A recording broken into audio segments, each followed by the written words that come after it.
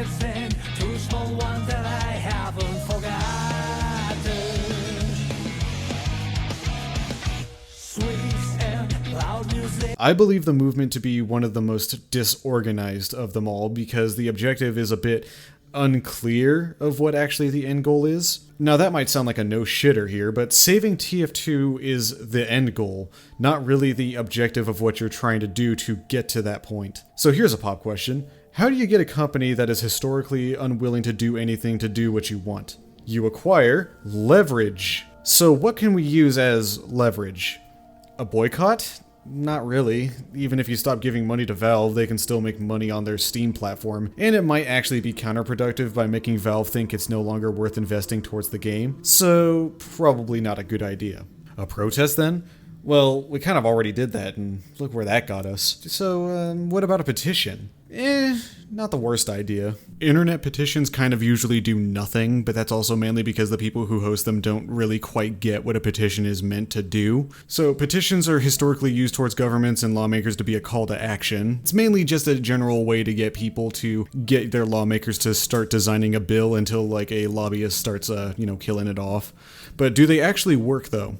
Well, yeah, all the time. Petitions got us women's suffrage, Kaylee's Law, the removal of the gay ban from the Boy Scouts of America, and it even got Arnold into office. Some of these petitions originated from the internet, so if they are known to be effective, why does it seem like so many just feel like blowing hot air out of your ass? That's probably because not every petition is made equally. One was made in response to a tort that took opportunities away from their lives because of who they were, and the other is over a video game, so it's probably not going to be very easy to convince people to take you more seriously unless you have a really, really, really big number of people that are saying that they support you. It's impressive you got 300,000 signatures in 2 weeks, but you were celebrating after crossing the starting line. You were too focused on playing a metrics game that you forgot that you left 300,000 people with nothing to fucking do for 23 days, and now you're wondering why half of them are trying to make gay porn of the bot hoster. The group of people spearheading this movement seem to have taken a free-for-all strategy where they riled up a bunch of people for 3 weeks and then allowed them to do whatever they wanted. There was an incident before it even got to Saturday. Did the people running this take control of the issue the minute there was a clear sign that this was going to lead to people making their movement look really bad by mere association? No, they said nothing about it for 4 weeks and then they all PO'd the minute they had to actually address the issue. Rather than actually talking with people to say that your composure matters in a critical period of time like this, they chose to cut ties with one of their biggest communication hubs you could have taken advantage of, so now the only way that people can get viable information about your cause is a site that you had to pay money for to have people see your movement, the YouTube comment section, and a website that doesn't give updates about your movement whatsoever. Masterful gambit you got yourself there, Karpov. Now that isn't to say that the idea from the get-go was always going to be a failure, but the whole time I was watching this, I was under the impression that the people running this had no idea what they were doing until week 5. Really? Their grand strategy is now waiting until a summer content update to start sending a physical version of the petition to Valve HQ, and then boycotting if they don't respond. So, question 1, why weren't you already boycotting? If a game is in an unplayable state like this, the first thing you shouldn't be doing is dropping another fucking ban on the video game. Especially one that has been unplayable for 4.5 years. Second question, if you were going to be waiting for your trip to Seattle for an indefinite period of time, then why aren't you taking advantage of that time to find ways to get even more signatures on the petition while you were waiting? If I didn't know any better, the organizers just considered the first 3 weeks the entire protest and are just spending the rest of their time to have an excuse to have a summer vacation in Seattle. Don't even get me started with the rumors regarding the deadlock leak. The people who are running this better hope to fucking god it wasn't a major TF2 community content creator that leaked it. Because if it's actually true, then the protest is dead. You don't get to just use a developer's unfinished product as a weapon like that. This movement is one twitlonger away from becoming the movement that leaked a game because they got gamer angry, so you might probably want to get on that shit ASAP.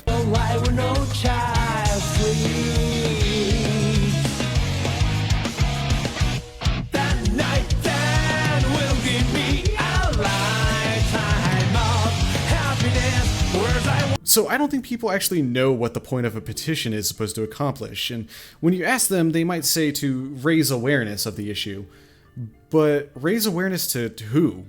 Valve, they don't need to be aware of it because we already know they're aware of it. Same applies to your own community, and that kind of has its own unique issue because there's a large group of people that don't agree with the movement. Like I said, signing a petition that you were already for was the easiest thing you can ever do. But getting complete strangers to sign it because they consider it the right thing to do despite never having any association with the game is really hard to do. But ultimately, those are the people you want to get to sign it because that is the potential milestone of a successful petition. I say it's hard because you're trying to convince someone to join a cause that has no benefit to gain from it other than because they agree that something should be done about it. What's even harder is convincing people who don't agree with you to reconsider as well, and that's mainly because of two things. They either aren't aware of your issue in the first place, or they have a reason to not want to support it. So, to fix the first issue, you can fix that by using exposure and repetition through the channel of memes.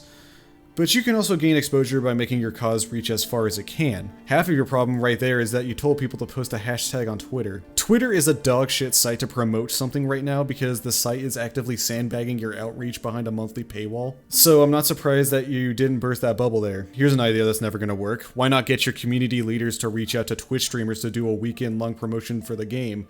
You know, charity style, where you're constantly advertising the petition on screen for people to sign, which can also provide exposure for millions of people right there by people who traditionally wouldn't be familiar with the game in the first place. There are options there, but you need to do that by networking in the first place to organize it all together. However, we need to address another big problem here. In the past couple of weeks prior to this movement starting, I don't think there was a soul who bothered asking a very important question. Why is there a group of people that disagree with this movement? You can write that off as a bunch of pessimists, but you need all the help you can get. I'm willing to bet that the reason nobody really understands why people don't support you is because they literally provided you their disparagements with your community time and time again, and rather than listening, you dug your fucking heels in and put them down for speaking their mind. Again, nearly half the people who saw my first video about this immediately didn't want to listen to me the second I addressed legitimate concerns people have with your fans. You may not think it's an issue, and you may say that it's not that big of a deal, but they don't think it isn't. It wouldn't be called a loud minority if it wasn't a noticeable issue in the first place. When trying to gain some common ground with someone who opposes your ideas,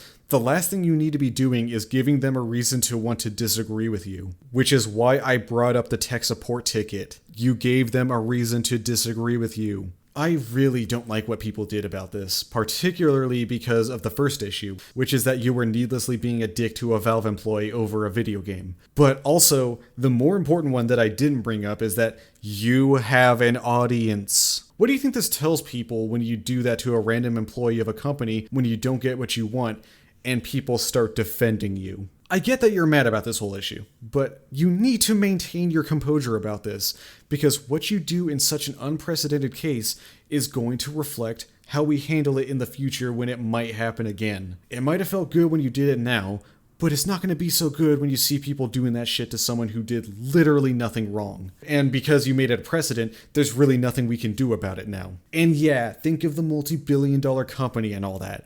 But you sure as hell wouldn't be justifying it when people start doing it to an indie developer, so maybe you're not the victims here. I don't agree with your movement, but I do think that with a little amendment, you can make it get a lot more done. When you are doing something and it doesn't work, you don't just bang your head against the wall and try again. You change the strategy. You have to start thinking if you want to get things done.